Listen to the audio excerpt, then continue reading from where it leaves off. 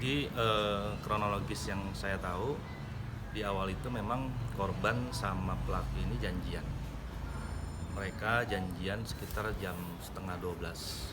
Jadi mereka keduanya adalah warga dari Bantar Gebang. Janjian di Warkop AJ yang dimana itu jadi di wilayah saya di RT 3 RW 03 Pekanbaru Jaya Bekasi Selatan. Jadi mereka janjian di situ untuk ngopi bareng karena korban ini punya teman referensinya untuk ngopi di Warkop AJ tersebut. Lalu dikirim Sherlock untuk si pelaku itu datang tanpa basa-basi langsung dilakukan tindakan pembacokan. Ini pelaku sama korban saling kenal atau? Menurut keterangan korban, mereka saling mengenal karena mereka satu lulusan di satu sekolah yang sama, hanya beda angkatan di wilayah Bantar Gebang. Untuk korban lukanya di mana aja, Bang? Luka di atas sikut sini sedikit, di bawah sikut agak dalam, terus sama di paha bagian belakang. Ini kejadian sekitar pukul berapa sih? 23.40 malam. Untuk pelaku ini kan jumlahnya berapa orang? Pelaku berdua, dua-duanya bawa senjata tajam. Menggunakan sepeda motor? Sepeda motor satu. Cuma sepeda motornya apa saya juga kurang jelas.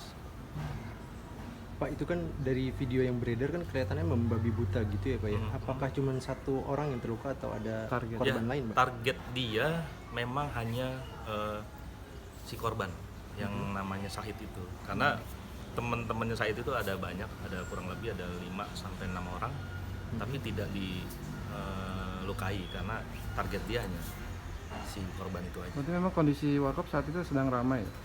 Terlalu ramai enggak, hanya ada beberapa temennya si Said dan ada beberapa pengunjung yang lain sama pemilik Warkop. Pak, setelah kejadian ini Warkop gimana, Pak? Tutupkah atau gimana, Pak? Ya, sementara ini mereka mungkin cooling down dulu, tutup, dan kita juga sebagai lingkungan akan melakukan himbauan untuk untuk membatasi jam operasional mereka buka ya, karena untuk mengantisipasi kejadian serupa terulang kembali. Pak, untuk korban udah laporan atau ada polisian yang datang ke lokasi?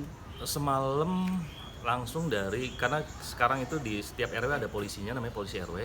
Mereka merespon cepat ketika ada kejadian, langsung hadir di TKP, cek TKP, juga mendatangi korban ketika korban dalam penanganan di RSUD.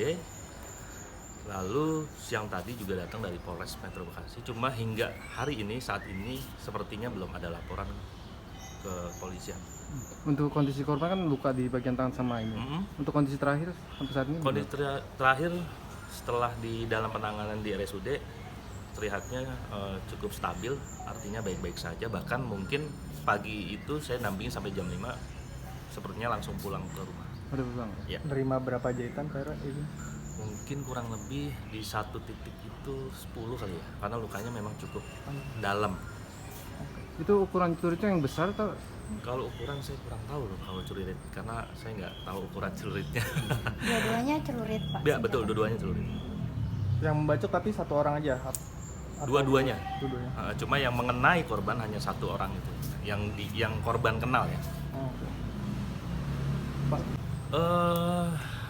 Kalau motif sepertinya kita tidak bisa menganalisa, tapi saya yakin permasalahannya adalah masalah anak muda, saya pikir. Karena begitu pelaku ini cukup merencanakan kejadian tersebut dengan membawa senjata tajam. Ada dugaan masalah perempuan, Pak R? Mungkin saja ya, tapi saya tidak bisa pastikan. Yang pasti dendam lah.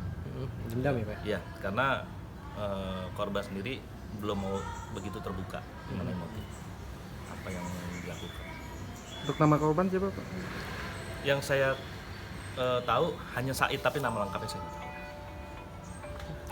Kelahiran 2001 korban. Kalau pelaku saya nggak tahu.